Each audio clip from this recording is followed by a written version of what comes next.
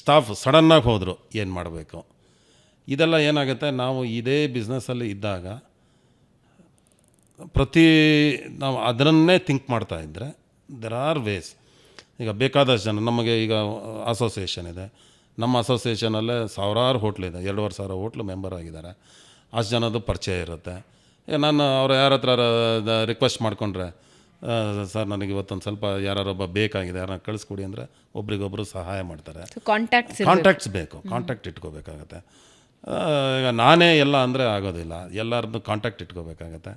ಆಮೇಲೆ ಪ್ಲ್ಯಾನಿಂಗ್ ಬೇಕು, every day planning ಬೇಕು.